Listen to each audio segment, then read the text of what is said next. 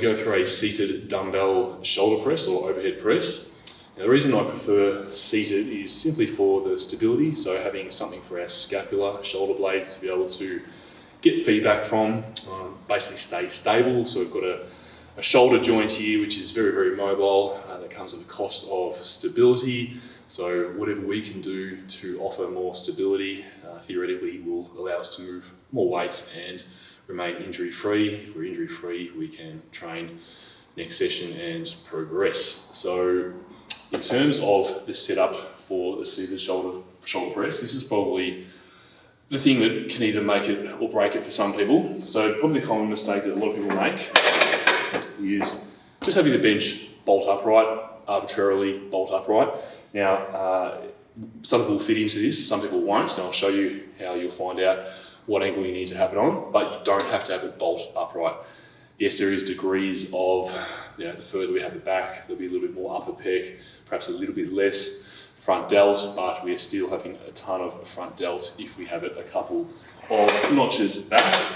So let's get in there and actually show you what to look for. So if you were to pop in, have it bolt upright, get yourself into a position where you don't feel like you're forcing stuff back too much. We want to have the scapula somewhat retracted and somewhat depressed to a degree, but not over the top. So if I'm sitting in this position, I'm pretty stable here. It's a good position for me in terms of what my scapula and shoulders are doing. But you'll see the angle of my forearm, the weight is going to be forward of my elbow. So for me, it's actually getting to an economical and safe, correct position. I'm going to have to externally rotate to get into that position where it's directly over the elbow.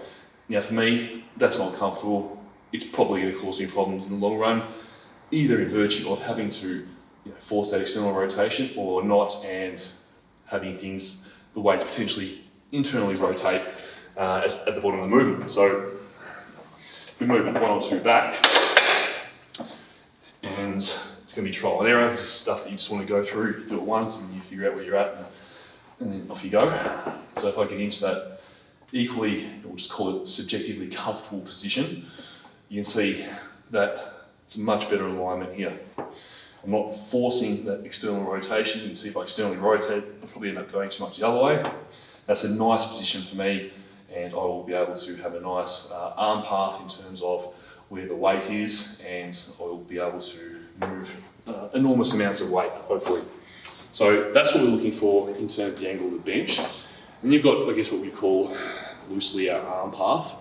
And the arm path is always going to be the bottom of the movement, whatever angle you're on. We just want to make sure, of course, that the weight isn't inside our elbow. We want to have it over, so we've got a direct line of force. And it's slightly contentious as to what we do when we get to the top. I like to try and think about driving the front delt into the ear, almost. So it's not about bringing the dumbbells together. This is the front delt coming towards, or even heels in the ground and going up, and then making sure I'm stable at the bottom. So I am letting the scapula move a little bit at the top, so we don't have to be like locked in, just going to there. Stable at the bottom. And really feel that scapula move. As we come down, we lock the shit back in, and we've got those weights directly over the elbow. They're not in, they're not out too much. We're not falling forward. We are rock solid, and so that is all there really is to the shoulder press in terms of setup. So if you can get that set up right, we've got those two things where we're not externally rotated or forcing external rotation in terms of our position sitting up. And of course our arm path, just making sure we're not doing any weird stuff on the way down or things aren't sort of collapsing in. We've got that scapula retracted and depressed, but not over the top. And also just letting the scapula move at the top.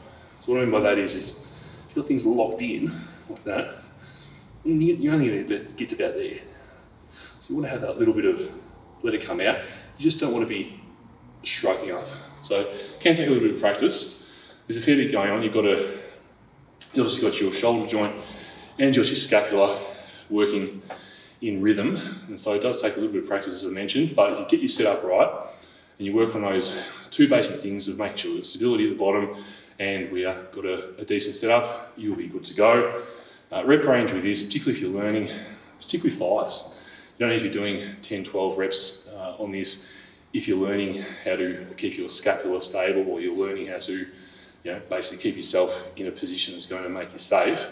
5 reps might be enough on a weight that's 50% of your max.